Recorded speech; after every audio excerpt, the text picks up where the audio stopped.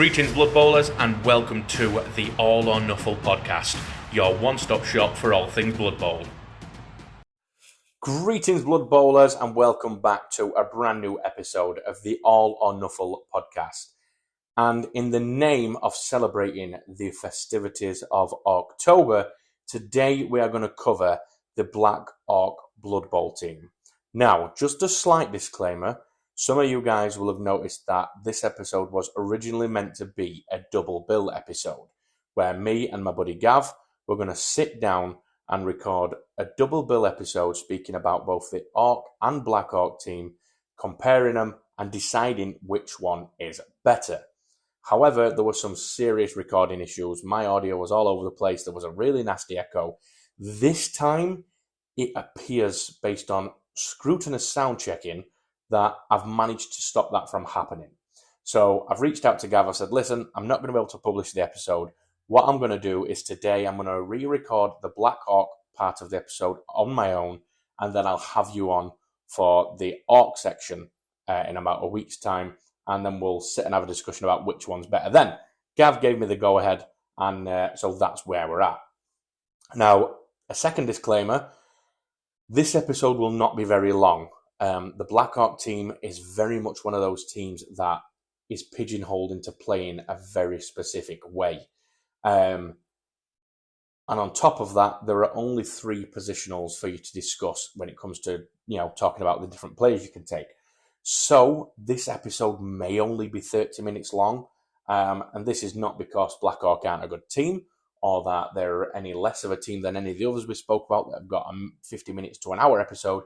It is purely a matter of substance. These were one of the teams that were created for the 2020 version of the game.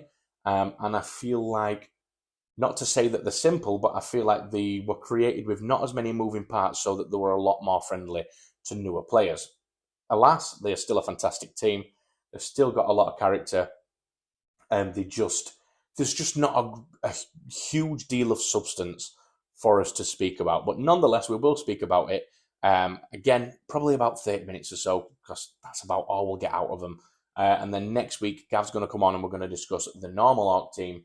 And at the end of that, we'll have a little bit of a comparison between the two and determine which one is the better team. So, Black Orcs. As I just stated, Black Orcs were introduced for the 2020 edition of Blood Bowl and came in the second season edition box. I'm sure so many people are aware of that.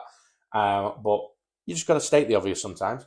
As I said, I truly believe that the fact that they came in the box is at least partially the reason that this team doesn't have a great deal of working parts. And what I mean by that is there are only 3 types of players you can take on a Black Orc team. And with that combination of players, in my opinion, there are only really 2 types of way that you can play this team without giving yourself too much of a headache. The ways that you can play this team are you can lean heavily into the throwing teammate aspect of the game. For anybody that is not aware, you can take the troll of the Black Orc team and throw your goblins from the same team that carry the ball, and you can throw them down the pitch while they're carrying the ball and they can run and score. It's a very valid technique. It's a very valid method of scoring. And the Black Orcs lean into this. In fact, I would even go as far as to say that Black Orcs lean even more heavily into this than any other team does into any other play style. They really, it's their bread and butter to the extreme. They're actually quite good at it. You can take 12 goblins, so you've got plenty of ammo to throw down the field. You can take the troll who's got Loner 3+, so slightly better than other trolls. So, there's a reason that they tailored towards throwing teammates, and that's because they're actually quite good at it. The other play method that I would imagine is the least popular of the 2, is you can go full cage. And what I mean by that is, on this team you get access to 6 strength 4 Black Orcs. If you can get the ball onto a goblin and surround that goblin by having the four corners full with a strength 4 player and inch your way up the field, brilliant. That's fine. Very valid playstyle method. However, I've played against Black Orcs quite a lot and I've never really seen anybody do it. I'm sure there are people out there listening to this that thinking, well, I do that playstyle and fantastic. Nothing wrong with that. It's just that I think that, especially as I mentioned with a lot of new players, they've kind of embraced the fact that this new team with not so many moving parts that is tailored towards throwing teammates, they've embraced that and thought, oh, I'm just going to throw teammates. And there's nothing wrong with that. That's absolutely fine. Yeah, so as I say, in terms of development, this team, despite only having 3 players you can take, there are a lot of interesting ways you can go skill-wise. If you really wanted to, break the mold, you could dish out some secondary passing skills and try to, break away from those 2 restrictive playstyles that I mentioned that there were a little bit earlier in this conversation. Again, Blood Bowl is a game with no limits. Just because I'm sat here recording a podcast, I'm no Blood Bowl expert. I'm not going to call myself a Blood Bowl expert, but as somebody with quite a bit of experience in the game and somebody who has retained quite a lot of knowledge about Blood Bowl, just because I tell you to do a certain way based on the meta does not mean that is the way you have to play. Ultimately, you play the way that is going to bring you the most joy. And if you see this Black Orc team and think, I don't want to throw teammate and I don't want to cage, I want to try and turn these into passing monsters, then by all means, have a go. Who am I to tell you that it won't work? The only person that shouldn't listen to that advice is Jason, because Jason Murphy tries to pass with the Dwarves, as I've mentioned in a couple of episodes, so I'm probably going to end up uppercutting him if I catch him trying to pass with Black Orcs as well, but that's more of a personal issue than an actual bit of advice. Let's have a little look. Before we go into each of the players that you can take with the Black Orc team, let's have a little bit of a chat about the second season box, that the Black Orcs came in. And let's talk about if they are a good matchup for the other team that came in the box in terms of Imperial Nobility. Imperial Nobility came in the box alongside Black Orcs, and, those are... The idea behind it is that these 2 teams are a good option to face each other, and people who have never played Blood Bowl and buy the starter set can get their first games in with these 2 teams. Now, a lot of people do not like the Imperial Nobility team. I love them, but a lot of people do not like them. As we spoke about with a lot of other teams, Necromantic Horror to be specific, board control is something I enjoy. There's a lot of micromanagement when it comes to movement and where you're going and things like that some people just don't enjoy, and that's fine. And Imperial Nobility, I've got a little bit of that. They've got Stand Firm in there, they've got Fend in there. I suppose Wrestle is kind of board control because you can drag other players down prone with you and things like that. So yeah, for people who aren't into board control, I can understand why they don't like them. Although I really, really, really like the matchup between Imperial Nobility and Orcs. You've got these fancy human team who have got all this board control ability and but the best way to describe Imperial Nobility is they are humans, the human team, near enough a carbon copy.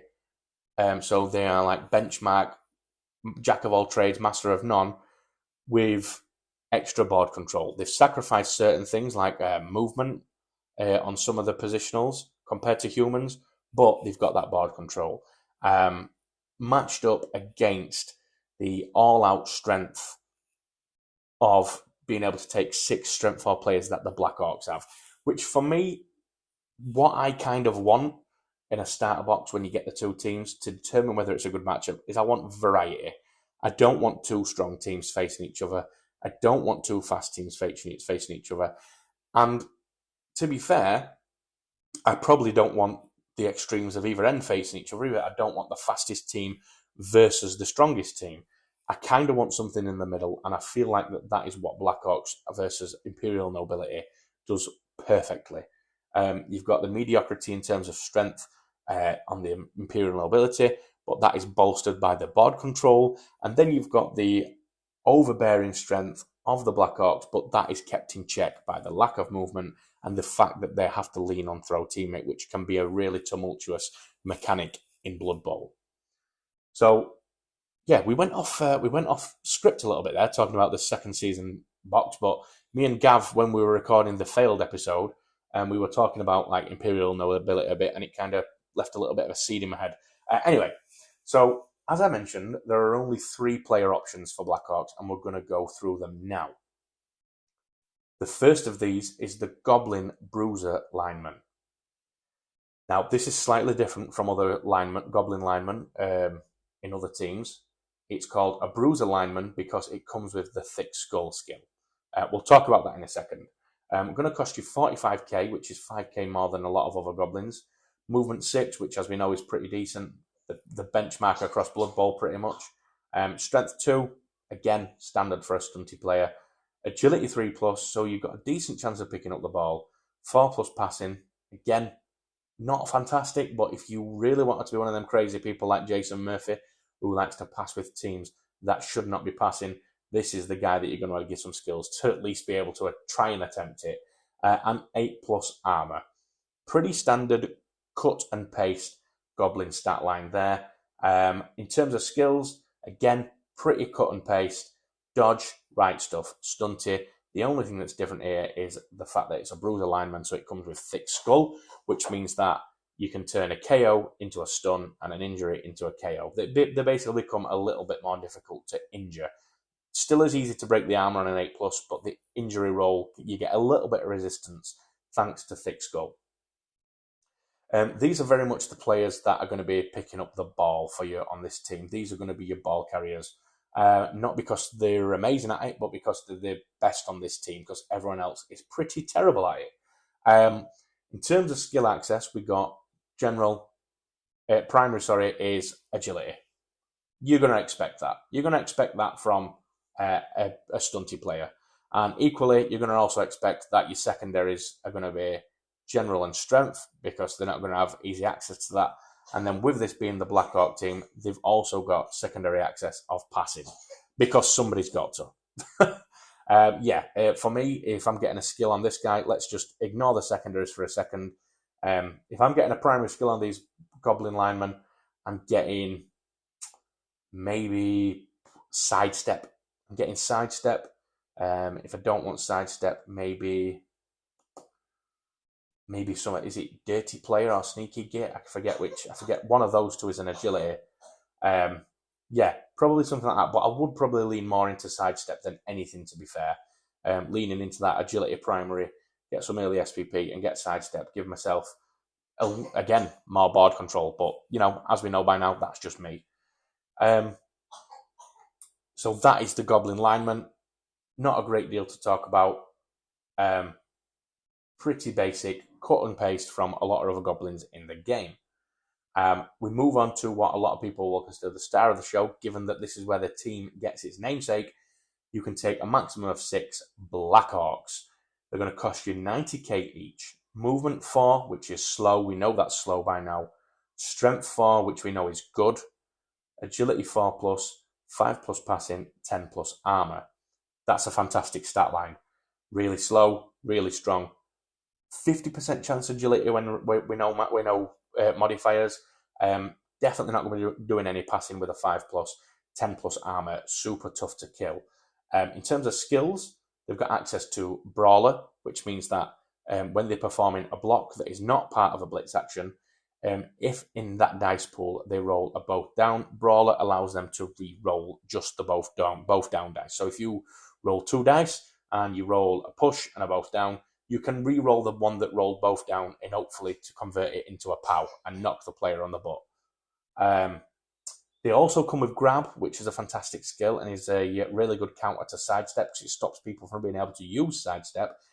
Grab is essentially when you choose a pushing result in a block action against another player, instead of having to choose one of the 3 squares behind them, you can put them anywhere in their own tackle zone. So again, that is another board control. You can choose where your opponent's players are going. Sidestep, that we would get on as Goblin, that allows us to choose where our players are going. grab allows you to dictate where the other players are going. So if you've just blocked with one of your guys, you can grab him and put him in direct base contact with another one of your guys to have a second chance of hitting him. Or if it's, I don't know, if it's a really fast player, you maybe want to just chuck him somewhere where he's in a lot of different tackle zones, so it's going to be tougher for him to be able to dodge away, things like that. In terms of skills, the Blackhawks have got access to general and strength as primaries, which is very typical. For me, I'm getting guard, mighty blow, things like that on these guys. Maybe some block. Like me and Gav, when me and Gav were speaking about it, we said you kind of want to go all in on one skill. So if, let's just say, you take all 6 Blackhawks that you can take, you might want to get all of them with guard, or all of them with block, or even all of them with mighty blow. And just kind of commit to a development path with all of them. I personally think that if you're going to do that, I'd go with guard, because the movement 4, they're not going to be roaming very far. They're usually going to be clustered quite close together, so guard is going to come in really handy in stopping your opponent from being able to get extra assists and negate those inevitable 2 dice uphill blocks where you choose the result. So yeah, for me, guard. I'm a big fan of guard anyway, but if I had to pick which skill I was going to give all 6 of my Blackhawks straight away, for me, it would be guard over block and mighty blow. Now, these guys, in terms of secondary, they have got access to agility and passing. Again, you don't expect a big, tough guy with strength 4 to be able to get access to agility skills as easily as they would any primary skills, so it's a good job. That's in a secondary skill section. And then passing, again, somebody on this team's got to have passing, so they've given it to everybody as a secondary because, that's how much of it's not really their type of play style. So, yeah, everybody's got passing as a secondary just to give anybody a chance of being able to do it. If any player does fancy giving that type of play style a go. And that's the Blackhawk. We've only got one more positional left, and please let me just offer another disclaimer. The reason this episode is so fast is not because I'm not giving Blackhawks enough time or giving them the limelight for as long as other teams or anything like that, or that I don't like them, or that they're not good. It's nothing of that nature at all. Seriously, all they really do is throw teammate and cage in terms of play style, and the only players you've got to choose from are the Goblin Bruiser lineman we spoke about, Blackhawks, and a trained troll, which we're about to speak about. So we're really, really limited for substance. What they do have, I personally think, is great. I think they're a great team, despite being pigeonholed into certain play styles. But the reality is, as I said at the beginning of the episode, these guys were really created for the 2020 edition to be super user-friendly, super noob-friendly, with not so many moving parts or anything like that. So, I'm not giving them the time of day. They just really have not got that much to talk about. But again, that does not take away from the quality of the team, in my opinion. Anyway, let's move on to the trained troll. You can take a maximum of one of these guys. They're going to set you back 115k. Movement 4, which is the exact same as the Blackhawks. Strength 5, though. So if you're taking 6 Blackhawks and the troll, you have got 7 players that are strength 4 and above, which is just great. Agility 5+, so he ain't picking up the ball or dodging away. Passing ability 5+, he ain't doing much of that either. Again, you've got the armor 10+, so they're super strong, super tough to kill. We've got another copy and paste from all the other trolls in Blood Bowl in terms of skills, though. We've got the Always Hungry. We've got the Loner 3+, because it's a trained troll. Other trolls have a Loner 4+, but this one's 3+. Mighty Blow +1. Projectile Vomit. Really stupid. Regeneration and Throw. Teammate, really quick. I just want to cover what Projectile Vomit is. Essentially, instead of a block action, you can Projectile Vomit on a player and immediately roll their armor instead of going through the old rigmarole of rolling blocking dice. It's not something I've used much. It's not something I've seen other people use much. But, it's a mechanic. It's there for you. It's a tool in your arsenal. If you want to use it, fantastic. So this is your guy who's going to be throwing your goblins down the field. If you're going to give this guy a skill, you want to give him Strong Arm, which is a strength skill, and I do believe that is a +1 when throwing teammates. That is, if you've got a big guy on your team that can throw teammates and you've got players on your team that can be thrown, the absolute first skill that you're going to get is strong arm on that big guy. It just, as I've mentioned, throw teammate is such a tumultuous mechanic.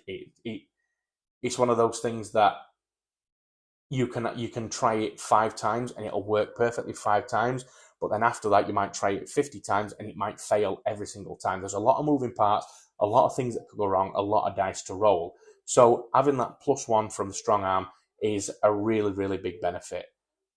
So yeah, that's where I'm going with the primary skills, primary strength skills. It's secondaries, agility, general, and passing. If you do want to save up some SPP, maybe you want to get some block on it or things like that. But strength, for me, the primaries, as I said, strong arm, strong arm, strong arm. If you're not interested in strong arm because you don't want to play the throw teammate aspect, again, you could go guard. He's already got mighty blow, so we don't want that. What else could we get? We could even get, let's have a think. You know what? I don't even think there's another strength skill I would take. Mighty blow's already taken. So for me, the only thing left to take on this guy, if you don't want to take strong arm, is guard. For me, it is that simple. So that's the roster, guys. That is the available players available to you when you're building a Black Orc team. It really doesn't sound like much. And it's not, I agree, there's not a lot of substance there, but we're going to take a look at some example rosters to see what you can do to try and garner some variety from this limited selection of players. So let's have a quick look. I think I made three starting rosters.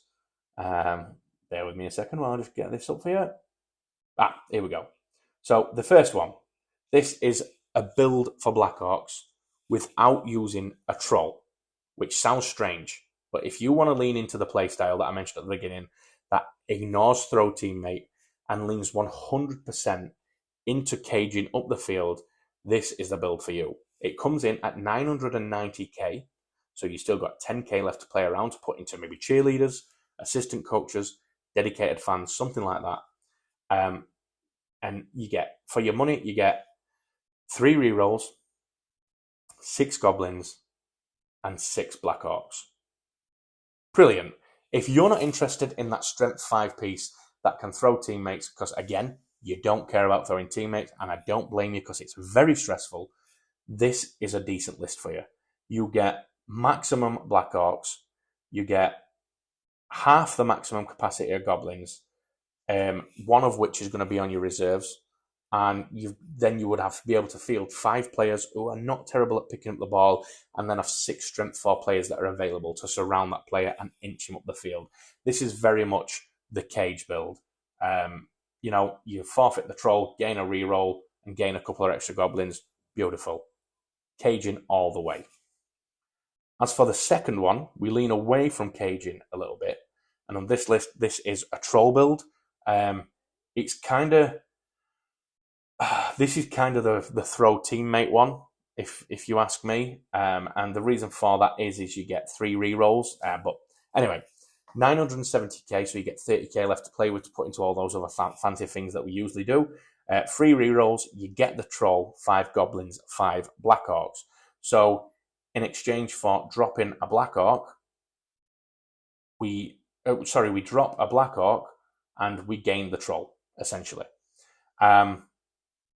If you are interested in being able to have a go at both of the playstyles that I mentioned, so if you play Black Orcs and you think, right, Baz has said that these guys are good at caging and they can throw teammate, I don't want to commit to either. I want to have a go at both.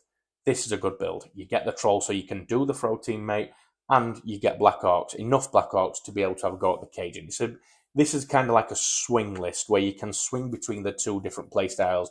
I mean, if you wanted to, you could run this list and commit to either of those. That's totally up to you. Totally fine. Swing between the 2 or commit to one. Your choice, and you still get those 3 rerolls. But I think this is one that allows you to start a season, if you play in a league, without thinking, right, this is going to be a throw teammate season or it's going to be a caging season. So if that's for you, maybe this list is the one you want to go with. And then the last one, we went with just all out. For me, this is the list. I have played against Black Orc quite a bit. Probably, let's have a think. At least 15 plus games I've played against Black Orcs. And the list that I'm about to read out to you is the only list I've played against. It's the only list. When I were writing these down for this episode, this one I knew off by heart in my head without even thinking about it. The other two, I had to get up bbroster.com and work them out and, try and figure out some different lists for different play styles. But this was the one that was just automatically in my head because this is the only list I've seen people play. I've never seen anybody, in my own personal experience, play any other team than this. It's going to set you back the full million gold. You're going to have no gold spare whatsoever to put into anything else. If you're okay with that, keep listening. So we drop a reroll from the last one. We're down to 2 rerolls, which, as you know, for me by now, that is my sweet spot. I'm happy with 2 rerolls. Anything less, and I'll scream. 2 rerolls. We still get the troll. We still get 5 goblins, but we gain an extra Black Orc up to the maximum of 6 now.